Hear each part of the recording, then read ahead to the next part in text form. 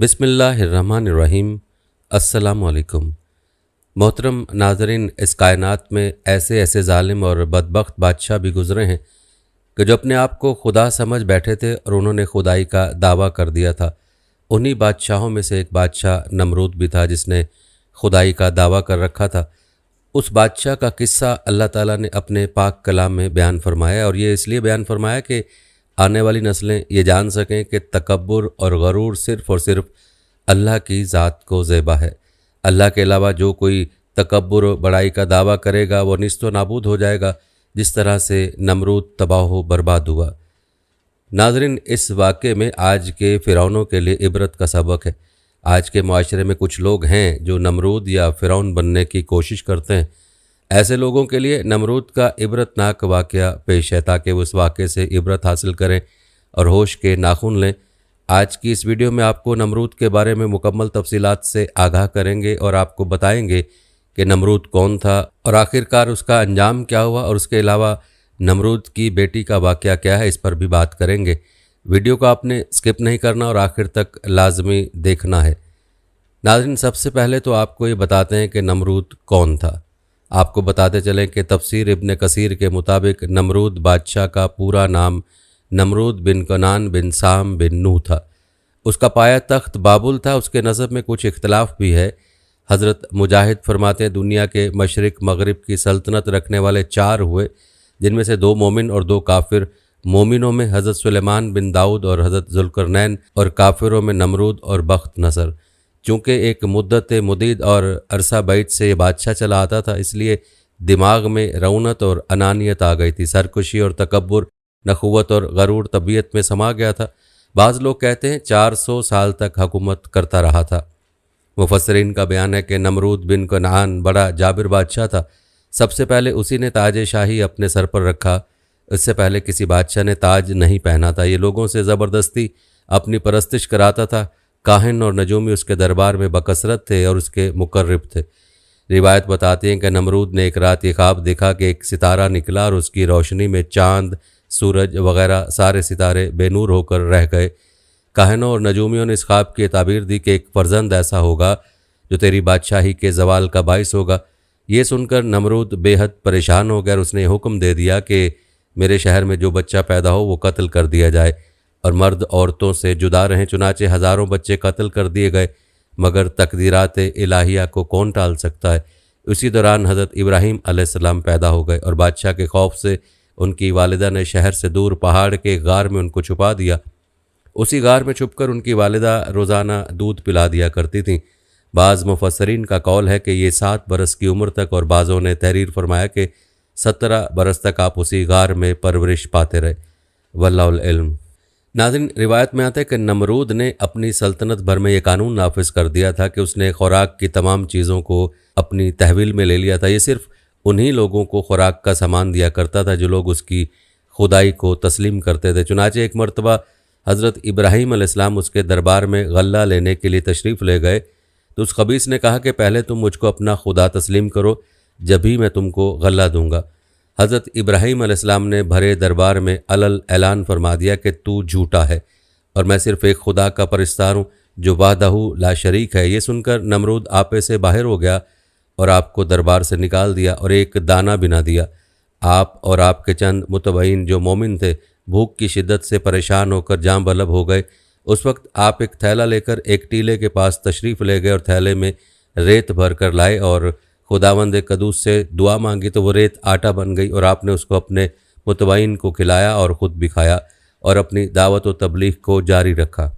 रिवायत बताते हैं कि नमरूद ने आपके कलमा हक की तबलीग से तंग आकर एक दिन आपको अपने दरबार में बुलाया और आपके साथ मुनाजरा किया। उस मुनाजरे की तफसील इस तरह से नकल की जाती है। नमरूद ने सवाल किया, ए इब्राहीम, बताओ तुम्हारा रब कौन है जिसकी इबादत की तुम लोगों को दावत दे रहे हो। हज़रत इब्राहीम अलैहिस्सलाम ने जवाब दिया, ए नमरूद, मेरा रब वही है जो लोगों को जिलाता और मारता है। नमरूद बोला, ये तो मैं भी कर सकता हूँ। चुनाचे उस वक्त उसने 2 कैदियों को जेल खाने से दरबार में बुलवाया। एक को मौत की सज़ा हो चुकी थी और दूसरा रिहा हो चुका था। नमरूद ने फांसी पाने वाले को तो छोड़ दिया, लेकिन बेकसूर को फांसी दे दी। और बोला कि देख लो कि जो मुर्दा था मैंने उसको जिला दिया और जो ज़िंदा था मैंने उसको मुर्दा कर दिया।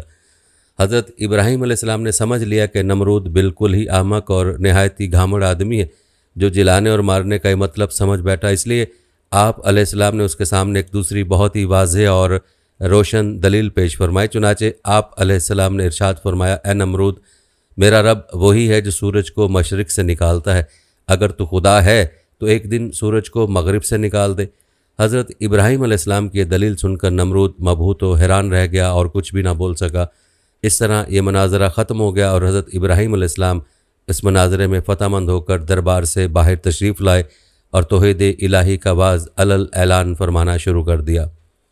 नाज़रीन, कुरान मजीद ने इस मनाजरे की रोईदाद उन लफ्ज़ों में बयान हुई है, ए महबूब, क्या तुमने ना देखा था उसे जो इब्राहिम से झगड़ा उसके रब के बारे में उस पर कि अल्लाह ने उसे बादशाही दी, जबकि इब्राहिम ने कहा कि मेरा रब वो है कि जिलाता और मारता है। बोला, मैं जिलाता और मारता हूँ। इब्राहिम ने फरमाया, अल्लाह सूरज को लाता है पूरब से, तू उसको पश्चिम से ले आ। तो होश उड़ गए काफिर के और अल्लाह राह नहीं दिखाता जालिमों को। नाज़रीन, नबी की भी अपनी ही शान हुआ करते और फिर हज़रत इब्राहीम अलैहिस्सलाम जिनको खलीलुल्लाह का लक़ब मिला उनकी शान तो अपनी ही थी। याद रहे कि अल्लाह ताला अपने उन मुकर्रब बंदों को पाकीज़ा सिफ़ात के साथ पैदा फरमाता है। यही वजह है कि अम्बिया अपनी इब्तदाई ज़िंदगी से ही हर तरह के गुनाह और शिरक से पाक रहते हैं। रिवायत में आता है कि जब इब्राहीम अलैहिस्सलाम खिलत नबुवत से सरफराज होकर घर तशरीफ़ लाए, देखा कि सामने वालिद संग तराशी में मसरूफ़ हैं। वालिद ने गज़बनाक निगाहों से बेटे को घूरते हुए सवाल किया, कहाँ से आ रहे हो? हज़रत इब्राहीम अलैहिस्सलाम ने वालिद का सवाल नज़रअंदाज करके झुककर एक तराशीदा छोटा सा बुत उठाया और अदब व एहतराम मलहूज़ खातिर रखते हुए नहायत मोहब्बत से वालिद से मुखातिब हुए।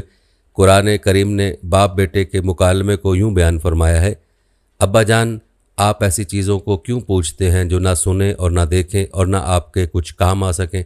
अब्बा जान, मुझे ऐसा इल्म मिला है जो आपको नहीं मिला, तो मेरे साथ हो जाए, मैं आपको सीधी राह चला दूंगा।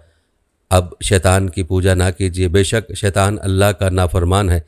अब्बा जान, मुझे डर लगता है कि आपको अल्लाह का अजाब ना पकड़ ले और आप शैतान के साथी हो जाएं। उसने यानी बाप ने कहा, ए इब्राहिम, क्या तू मेरे माबूदों से बरगश्ता है?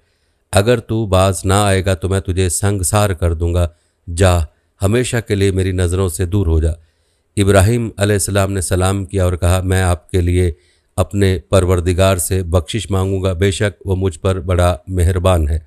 नाज़रीन, ये बात तो यकीनी है कि नबूवत मिल जाने के बाद किसी भी नबी का जो काम होता है वो तौहीद का प्रचार ही होता है और लोगों को अल्लाह की तरफ बुलाना होता है। और यकीनन इब्राहीम अलैहिस्सलाम भी मनसब नबूवत पर फायज़ होने के बाद उसी काम में मसरूफ़ हो गए जिसका तज़किरा पहले भी हो चुका है। कहते हैं अभी कुछ ही दिन गुजरे थे कि ईद का त्यौहार आ गया। कौम के लोगों ने हज़रत इब्राहीम अलैहिस्सलाम को भी शहर से बाहर मेले में चलने की दावत दी, लेकिन उन्होंने तबीयत की ख़राबी का कहकर जाने से माजरत कर ली।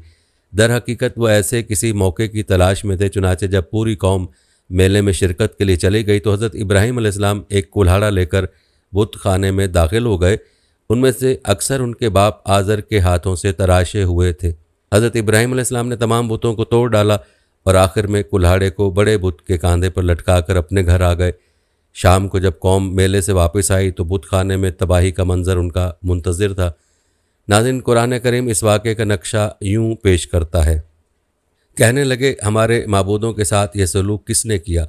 बेशक वो तो ज़ालिमों में से है। लोगों ने कहा कि हमने एक नौजवान को उनका जिक्र करते हुए सुना है, उसका नाम इब्राहीम है। वो बोले कि उसे लोगों के सामने लाओ ताकि वो गवाह रहें। जब इब्राहीम अलैहिस्सलाम आए तो उन्होंने कहा, क्या हमारे माबूदों के साथ ये काम तुमने किया है? इब्राहीम अलैहिस्सलाम ने कहा कि ये काम इस बड़े बुत ने किया होगा, अगर ये बोलते हैं तो इनसे पूछ लो। वो सर नीचा करके बोले, तुम जानते हो कि ये बोल नहीं सकते। रिवायत बताते हैं कि बुतों को तोड़ने का अमल नमरूद समेत पूरी कौम के लिए नाकाबिले माफ़ी जुर्म था। लिहाजा फ़ैसला किया गया कि हज़रत इब्राहीम अलैहिस्सलाम को आग में डाल दिया जाए ताकि आइंदा किसी को बुतों की बेहुरमती की हिम्मत ना हो। चुनाचे पूरी कौम लकड़ियाँ जमा करने के अमल में मसरूफ़ हो गई। यहाँ तक कि अगर कोई बीमार पड़ जाता या किसी का कोई काम ना होता तो मन्नत मानता कि अगर मुझे शिफा हो गई या मेरा काम मुकम्मल हो गया तो मैं इब्राहीम अलैहिस्सलाम को जलाने के लिए लकड़ियों का गट्ठा दूंगा। कहते एक मुद्दत तक कौम लकड़ियाँ जमा करती रही। जब लकड़ियों का पहाड़ खड़ा हो गया तो एक बहुत गहरी खंदक खोदी गई। लकड़ियों के इस ढेर को उसमें डाला गया। कहते हैं कि बहुत गहराई में होने के बावजूद भी लकड़ियों का ढेर आसमान से बातें कर रहा था। जिस दिन लकड़ियों के ढेर में आग लगाई जानी थी, उससे पहले शैतान नमरूद के दरबार में पहुंचा और बोला, बादशाह सलामत, जब लकड़ियों के इस पहाड़ में आग लगेगी तो इसकी तपिश की वजह से कोई भी उसके करीब न जा सकेगा, लिहाजा आप इब्राहिम अलैहिस्सलाम को आग में कैसे डालेंगे। नाज़रीन, ये वो सवाल था कि जो ना नमरूद के कुंद जहन में आया था और ना ही उसके मुशीरों और मुसाहिबों के। शैतान ने जब नमरूद को परेशान देखा तो फ़ौरन बोला, तुम परेशान क्यों होते हो, मैं हूँ ना, तुम बस ऐसा करो, अपना एक बेहतरीन शख्स मेरे हवाले कर दो, मैं उसे एक ऐसी मशीन बनाना सिखा दूंगा जिससे किसी भी चीज़ को काफ़ी दूर तक फेंका जा सकता है। चुनाचे कौम में से एक बेहतरीन कारीगर को तलाश करके शैतान के हवाले कर दिया गया। अल्लामा अमादुद्दीन इब्ने कसीर रहमतुल्लाह अलैह तहरीर फरमाते हैं कि जो मशीन बनाई गई उसे मंजनीक का नाम दिया गया। संगबारी की ये दस्ती मशीन एक मकाम पर खड़ी कर दी गई। कहते हैं मंजनीक बनाने वाले शख्स का नाम ऐज़न था। वो दुनिया का पहला इंसान था जिसने मंजनीक बनाई, जिसकी पादाश में अल्लाह ताला ने उसे ज़मीन में धंसा दिया और वो क़यामत तक ज़मीन में धंसता ही रहेगा। नाज़रीन, तारीख़ी रिवायत में आता है कि शहर के लोग कई माह तक मैदान में लकड़ियाँ जमा करते रहे। दरअसल कौम नमरूद लकड़ियाँ जमा करने का काम अपने बातिल माबूदों की खुशनुदी के लिए कर रही थी, ताकि पत्थर के वो सब माबूद नाराज़ी ख़त्म कर दें और हज़रत इब्राहीम अलैहिस्सलाम के हाथों होने वाले नुकसान की तलाफ़ी हो सके। लकड़ियाँ जमा करने के बाद 7 दिन और रात पूरी कौम उसमें आग लगाकर उसे भड़काती रही, यहाँ तक कि उसके शोले फ़िज़ा में आसमान तक इस कदर बुलंद हो गए कि अगर कोई परिंदा उस पर से गुज़रे तो जल जाए। आग अपने गैज़ो गज़ब के साथ भड़क रही थी।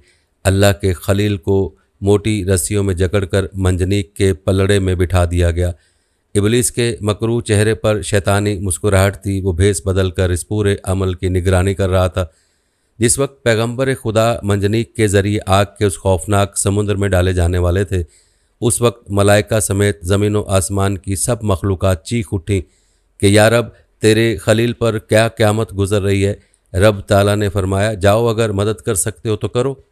फ़रिश्तों ने मदद करने के लिए हज़रत इब्राहीम अलैहिस्सलाम से इजाज़त चाही तो आप अलैहिस्सलाम ने फरमाया कि मेरे लिए अल्लाह काफ़ी है, वो मेरा हाल देख रहा है। जिब्रील अमीन ने अर्ज़ किया, आप अलैहिस्सलाम को मुझसे किसी किस्म की मदद की हाजत है तो हुक्म करें, मैं हाजिर हूँ। फरमाया, हाजत तो है मगर आपकी तरफ से नहीं बल्कि अपने रब की तरफ से। नाज़रीन, अल्लामा इब्ने कसीर तहरीर फरमाते हैं कि जब मुशरिकीन हज़रत इब्राहीम अलैहिस्सलाम को मंजनीक में बिठाने लगे तो उस वक्त हज़रत इब्राहीम अलैहिस्सलाम इस दुआ को विर्द ज़ुबान बनाए हुए थे, ला इलाहा इल्ला अंता सुब्हानका रब्बुल आलमीन लकल हम्द व लकल मुल्क ला शरीका लक। और हज़रत इमाम बुखारी ने हज़रत इब्ने अब्बास से रिवायत की है कि जब हज़रत इब्राहीम अलैहिस्सलाम को आग में फेंका गया तो उन्होंने कहा, हस्बुनल्लाह व निअमल वकील, हमें अल्लाह ही काफ़ी है और बेहतरीन कारसाज है। इसी तरह हज़रत अबू हुरैरा रज़ियल्लाहु तआला अन्हु से मरवी है कि रसूल अकरम सल्लल्लाहु अलैहि वसल्लम ने फरमाया, जब हज़रत इब्राहीम अलैहिस्सलाम को आग में डाला गया तो उन्होंने कहा कि ऐ मेरे अल्लाह, तू आसमान में तन्हा है और ज़मीन में मैं तेरी इबादत करने वाला तन्हा। नाज़रीन, अगरचे इस हवाले से रिवायत मुख्तलिफ है, लेकिन हासिल कलाम यह है कि हज़रत इब्राहीम अलैहिस्सलाम ने अपने रब को ही पुकारा और फरिश्तों की मदद लेने से इनकार कर दिया। फिर अल्लाह ताला ने बराह रास्त आग को मुखातिब किया, जैसा कि इरशाद बारी ताला है, और हमने हुक्म दिया, ए आग ठंडी पड़ जा और इब्राहीम अलैहिस्सलाम के लिए सलामती वाली बन जा।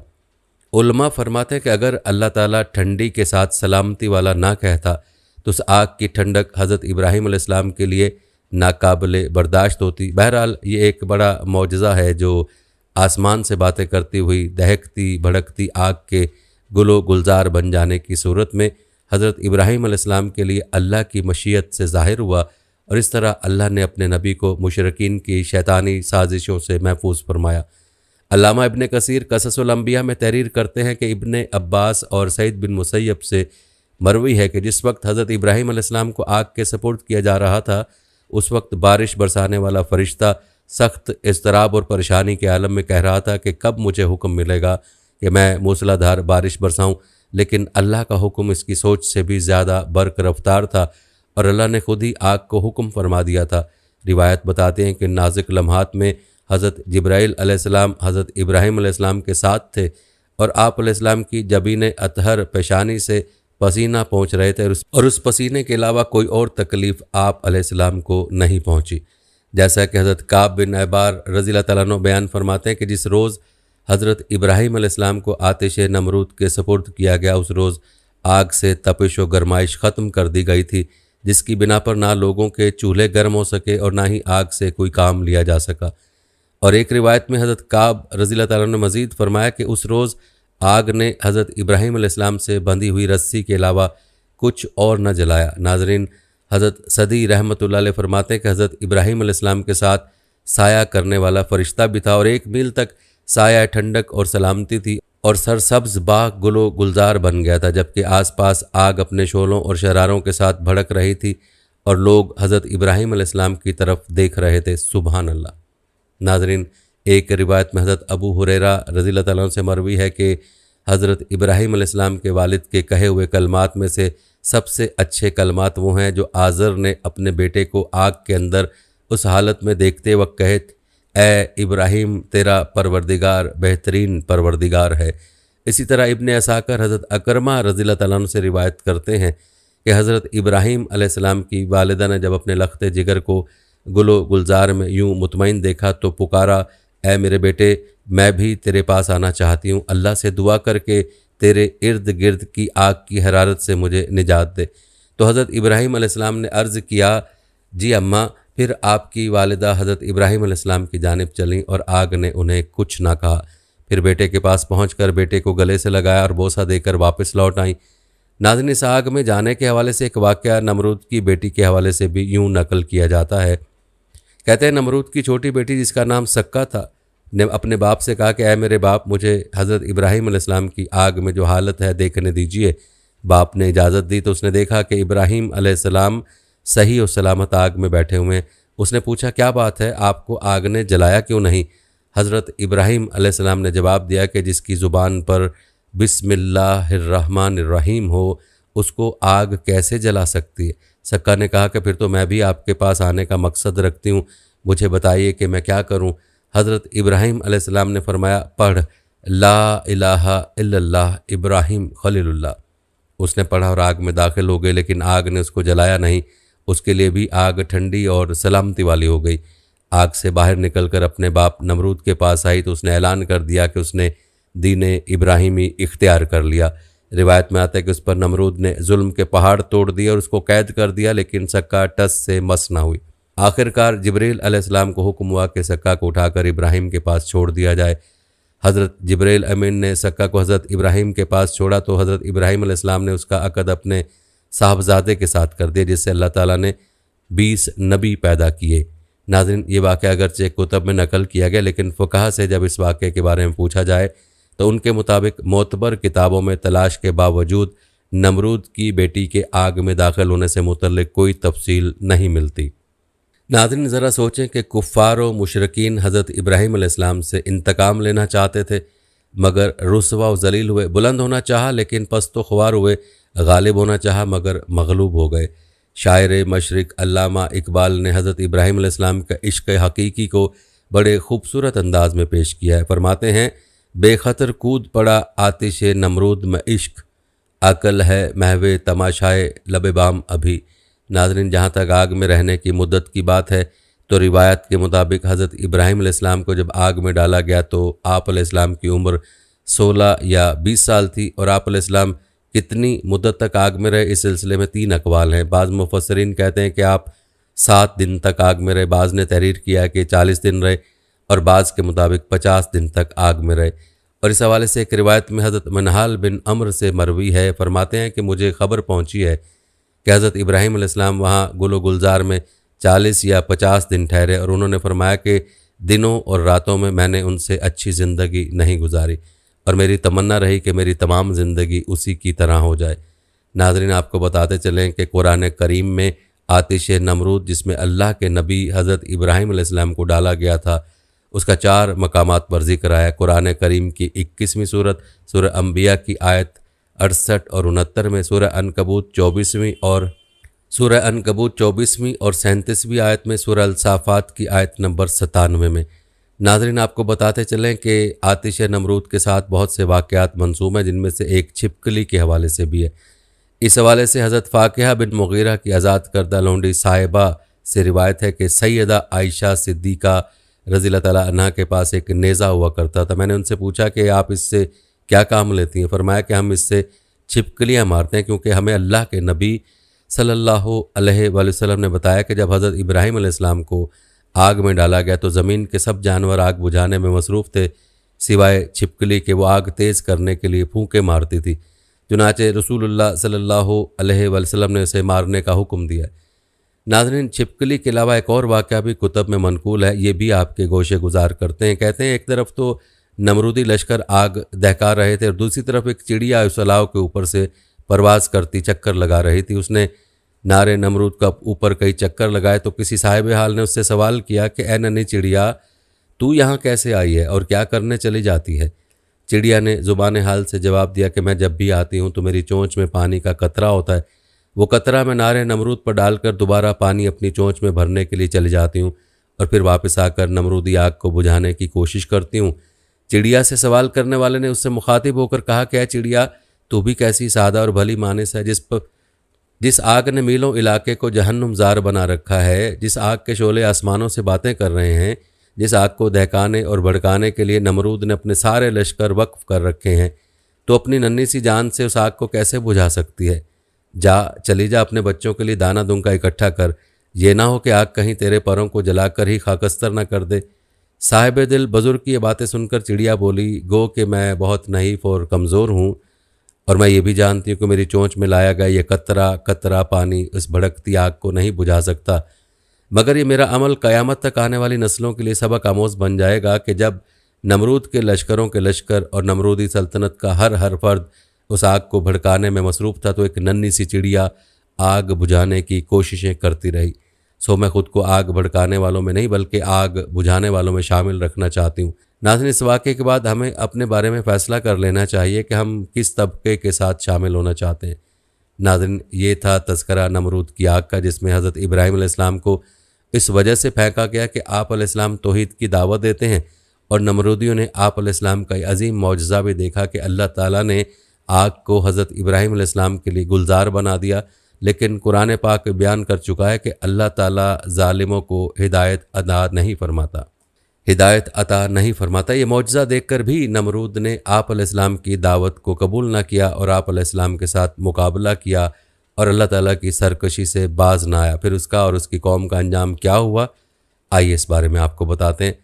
नाज़रीन, जब नमरूद ने सरकशी की और हज़रत इब्राहीम अलैहिस्सलाम से कहा कि तुम अपने लश्कर को लाओ, मैं अपना लश्कर लाता हूँ, और मुकाबला करना चाहा, तो फिर हज़रत इब्राहीम अलैहिस्सलाम ने अल्लाह से दुआ की कि ये नाफरमान तेरे साथ मुकाबला करना चाहता है, तू ही उसको हलाक कर।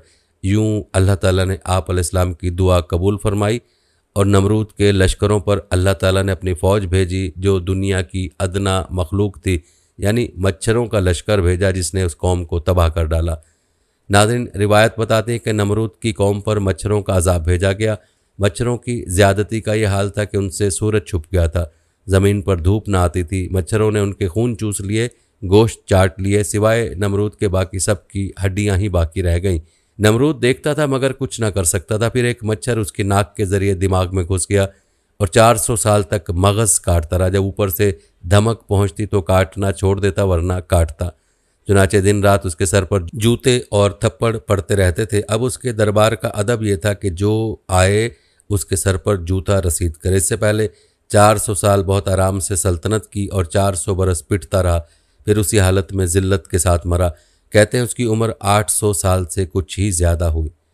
नाज़रीन, ये था तज़किरा नमरूद के हवाले से और नमरूद की आग के हवाले से और नमरूद के अंजाम के हवाले से जो तारीख़ी रिवायत में मिलता है। आइए अब हज़रत इब्राहीम अलैहिस्सलाम की ज़िंदगी से चंद ख़ास वाक़यात आपको बताते हैं।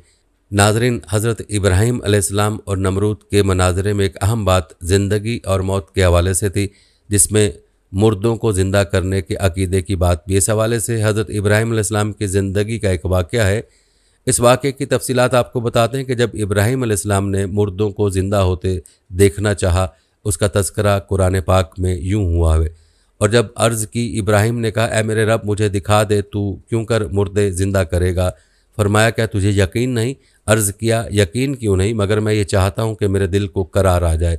नाज़रीन, यहाँ एक सवाल किया जाता है कि इब्राहीम अलैहिस्सलाम ने मुर्दों को ज़िंदा करने का सवाल क्यों किया। तो आपको बताते चलें कि इमाम राज़ी रहमतुल्लाह अलैह ने इसकी 17 वजूह बयान फरमाई हैं, लेकिन अल्लामा नोवी रहमतुल्लाह अलैह ने 4 के मुतल्लिक बयान फरमाया कि ये ज़ाहिर और वाज़ेह हैं और बाकी वजूह गैर ज़ाहिर हैं। पहली वजह यह बयान किया कि आप अलैहिस्सलाम को पहले इल्म इस्तदलाली हासिल था, अब आप मुर्दों को ज़िंदा करने की कैफियत का मुशाहिदा करना चाहते थे ताकि इल्म ज़रूरी बदीही भी हासिल हो जाए। इसलिए कि इमाम अबू मंसूर मातरीदी रहमतुल्लाह अलैह का मज़हब ये है कि इल्म इस्तदलाली में कभी शकूक वाक़या होते हैं, लेकिन इल्म ज़रूरी शकूक से पाक होता है। जो इल्म मुशाहिदे से अयानन हासिल हो वो ज़रूरी होता है। नाज़रीन, ख़याल रहे कि ख़ुद नबी के लिए इल्म इस्तदलाली या ज़रूरी में फ़र्क नहीं होता, क्योंकि नबी का इल्म शक से पाक होता है। अलबत्ता सवाल करने की वजह यह थी कि किसी को भी ये कहने का हक़ हासिल ना हो कि तुमने तो मुर्दों को ज़िंदा होते देखा नहीं, तुम्हारे इल्म पर कैसे यकीन किया जाए। नाज़रीन, अल्लामा ने दूसरी वजह यह बयान की कि आप ये जानना चाहते थे कि मेरा मर्तबा अल्लाह के नज़दीक क्या है और मेरी दुआ की कबूलियत का क्या मकाम है। इस सूरत में अवलम तुमिन का मतलब ये होगा कि क्या तुम्हें यकीन नहीं, तुम्हारा मर्तबा मेरे नज़दीक अजीम है, तुम मेरे पसंदीदा हो और तुम मेरे खलील हो। तीसरी वजह यह बयान फरमाई कि आप अलैहिस्सलाम को पहले भी शक नहीं था। आप अलैहिस्सलाम ने सवाल इसलिए किया ताकि इल्मुल यकीन से ऐनुल यकीन की तरफ तरक्की हो जाए, क्योंकि इन दोनों में बहुत बड़ा फ़र्क है। इसलिए कि ऐनुल यकीन मुशाहिदे के बाद हासिल होता है, लेकिन इल्मुल यकीन में मुशाहिदा ज़रूरत नहीं। चौथी वजह यह बयान फरमाई कि जब आप अलैहिस्सलाम ने मुशरिकीन पर यह दलील कायम फरमाई कि मेरा रब वो है जो ज़िंदा करता है और मारता है, फिर आप अलैहिस्सलाम ने अल्लाह ताला से अर्ज़ किया, ए अल्लाह, तू किस तरह मुर्दों को ज़िंदा करता है, यानी उनको मेरे सामने ज़िंदा कर, मैं देखूँ ताकि मेरी दलील काफिरों पर ज़ाहिर हो जाए। नाज़रीन, इस हवाले से एक एतराज़ ये किया जाता है कि हदीस शरीफ में तो आता है कि नबी करीम सल्लल्लाहु अलैहि वसल्लम ने फरमाया, हम इब्राहीम अलैहिस्सलाम से शक करने में ज़्यादा हक़ रखते हैं। इससे तो पता चलता है कि आपने मुर्दों को ज़िंदा करने का सवाल शक की वजह से किया था, यानी आपको यकीन नहीं था। इसका जवाब में उलमा फरमाते हैं कि हदीस पाक के तर्जुमा और समझने में लोग गलती करते हैं। हदीस पाक का ये मतलब नहीं जो मोतरज़ीन पेश करते हैं। हदीस पाक का तर्जुमा और वजाहत की तरफ तवज्जो करें तो मतलब खुद वाज़े हो जाएगा। हज़रत अबू हुरैरा रज़ियल्लाहु अन्हु से मरवी है, बेशक नबी करीम सल्लल्लाहु अलैहि वसल्लम ने फरमाया, अगर इब्राहीम अलैहिस्सलाम ने शक किया होता तो हम बनिस्बत इब्राहीम अलैहिस्सलाम के शक करने का ज़्यादा हक़ रखते। जब अर्ज़ की इब्राहीम ने, ए मेरे रब, मुझे दिखा दे तो मुर्दे किस तरह ज़िंदा फरमाएगा, और फरमाया क्या तुझे यकीन नहीं? अर्ज़ की क्यों नहीं, मगर ये चाहता हूँ कि मेरे दिल को करार आ जाए। इस हदीस पाक का ये मतलब नहीं कि माज़अल्लाह नबी करीम सल्लल्लाहु अलैहि वसल्लम ने यह फरमाया कि हज़रत इब्राहीम अलैहिस्सलाम ने अल्लाह ताला के मुर्दों को ज़िंदा करने में शक किया था और हमें उनकी निस्बत ज़्यादा शक है, बल्कि इस हदीस पाक का तर्जमा जो बयान किया है उसी से मतलब वाज़े हो रहा है। ताहम ज़्यादती वजाहत के लिए अल्लामा नोमी रहमतुल्लाह अलैह ने इस हदीस पाक की शरह बयान की। इससे एक कौल बयान किया जा रहा है। आप फरमाते हैं, नबी करीम सल्लल्लाहु अलैहि वसल्लम के इस इरशाद के मानी बयान करने में उलमा के बहुत अकवाल हैं, लेकिन सबसे हसीन और सही कौल वो है जो इमाम अबू इब्राहिम मज़नी और उलमा की कई जमातों ने बयान फरमाया। वो ये है, इस हदीस पाक का मतलब यह है कि इब्राहीम अलैहिस्सलाम का शक करना महाल है। अगर अल्लाह ताला के मुर्दों को ज़िंदा करने में अम्बिया कराम अलैहिस्सलाम से शक वाक़ हो सकता तो बनिस्बत इब्राहीम अलैहिस्सलाम के शक करने में मैं ज़्यादा हक़ रखता। और तहकीक तुम्हें यकीनन मालूम है कि मुझे मुर्दों को ज़िंदा करने में कोई शक नहीं। तुम्हें यकीनन इस अमर का भी इल्म होना चाहिए कि करने में ज़्यादा हक़ रखता है, और तहकीक तुम्हें यकीनन मालूम है कि मुझे मुर्दों को ज़िंदा करने में कोई शक नहीं। तुम्हें यकीनन इस अमर का भी इल्म होना चाहिए कि बेशक इब्राहीम अलैहिस्सलाम को इसमें कोई शक नहीं था। नाज़रीन, ख़याल रहे, इस हदीस पाक में नबी करीम सल्लल्लाहु अलैहि वसल्लम ने हज़रत इब्राहीम अलैहिस्सलाम की फ़जीलत बयान की और इज्ज़ो इनकसारी से अपने आप को उनसे कम मर्तबा बयान किया, वरना दूसरे मकाम पर हकीकत बयान करते हुए तमाम कायनात पर अपनी फ़जीलत भी बयान की है। नाज़रीन, ये तो तज़किरा था हज़रत इब्राहीम अलैहिस्सलाम के सवाल करने पर होने वाले एतराज़ात का। अब चलते असल वाक़े की जानिब और आपको बताते हैं कि किस तरह से अल्लाह ताला ने मुर्दे ज़िंदा होते हुए इब्राहीम अलैहिस्सलाम को दिखा दिए और कौन से परिंदे इस मकसद के लिए मुंतखब किए गए। हज़रत इब्राहीम अलैहिस्सलाम की मुर्दों को ज़िंदा करने की ख्वाहिश के जवाब में अल्लाह ताला ने इरशाद फरमाया, अच्छा 4 परिंदे लेकर अपने साथ मानूस कर लो, फिर उनका एक एक टुकड़ा हर पहाड़ पर रख दो, फिर उन्हें बुलाओ, वो तुम्हारे पास चलते आएंगे, पाँव से दौड़ते, और जान लो कि अल्लाह गालिब हिकमत वाला है। रिवायत बताती है कि हज़रत इब्राहीम अलैहिस्सलाम ने 4 परिंदे यानी मोर, गिद्ध, एक रिवायत में गिद्ध की जगह कबूतर का जिक्र है, कौवा और मुर्ग अपने साथ पहले मानूस किए, फिर अल्लाह ताला के हुक्म के मुताबिक उनके टुकड़े किए और उनके गोश्त और हड्डियाँ वगैरह को खलत मलत करके 4 पहाड़ों पर उनको रख दिया। फिर आप अलैहिस्सलाम ने उन्हें पुकारा, ए जुदा जुदा हड्डियों, ए मुतफरिक गोश्त के टुकड़ों, ए काटी हुई रगो, एक दूसरे से मिल जाओ ताकि अल्लाह ताला तुम्हारी रूहों को तुम में लौटा दे। ये सुनकर हड्डियाँ अपनी दूसरी हड्डियों की तरफ चलीं, यानी हर परिंदे की अपनी अपनी हड्डियाँ एक दूसरे से मिल गईं, पर दूसरे परों से जा मिले, गोश्त के टुकड़े दूसरे गोश्त के टुकड़ों से मिलने लगे, यहाँ तक कि खून खून से मिल गया। इस तरह आप अलैहिस्सलाम देख रहे थे कि आपके सामने मुर्दों को ज़िंदा करके आपको ऐनुल यकीन का मर्तबा अता कर दिया गया। फिर अल्लाह ताला ने आपकी तरफ वही की कि ए इब्राहीम, तुमने मुझसे सवाल किया था कि तू मुर्दों को कैसे ज़िंदा करता है। बेशक मैंने ज़मीन को पैदा किया, उसमें 4 किस्म की हवाएं कायम की हैं। नंबर 1 शुमाली जानिब से चलने वाली हवा, नंबर 2 जनूबी जानिब से चलने वाली, नंबर 3 बाद सबा और नंबर 4 बाद दबूर। यहाँ तक कि जब क़यामत का दिन होगा तमाम मुर्दे और मकतूल सूर फूंकने पर जमा हो जाएंगे। जैसे इन 4 परिंदों को तुम्हारे सामने पहाड़ों से जमा कर दिया गया, मेरे सामने तुम तमाम का पैदा करना और फिर मौत के बाद ज़िंदा करना ऐसे ही है जिस तरह किसी एक शख्स को पैदा करना या ज़िंदा करना है। नाज़रीन, बाज़ अहले इल्म ने बयान किया कि 4 परिंदों की जमा अज्जा मिलाकर पहाड़ों पर रखे गए थे। इब्राहीम अलैहिस्सलाम ने जब अल्लाह के उज़न से उनको बुलाया तो वो ज़िंदा होकर आप अलैहिस्सलाम के पास दौड़ते हुए आ गए। मानूस करने में हिकमत भी यही थी कि आप उनके आने पर पहचान लें कि ये वही परिंदे हैं जो मैंने अपने साथ मानूस किए थे। और बाज़ ने कहा कि आपने उनके सरों को अपने पास रख लिया था। आपके बुलाने पर उनके तमाम अज्जा अपने अपने अज्जा से मिलकर अपने अपने सरों से आकर मिल गए। अल्लाह ताला की कुदरत से कोई सूरत भी बैद नहीं, ये जो सूरत भी हो कुदरत की अजीब निशानी का ज़हूर है। नाज़रीन, बाज़ लोग ये सवाल करते हैं कि तमाम जानदारों से परिंदों का इंतखाब भी क्यों किया गया। तो नाज़रीन, आइए आपको बताते हैं कि अल्लाह ताला ने हज़रत इब्राहीम अलैहिस्सलाम को 4 परिंदे मानूस करने का हुक्म दिया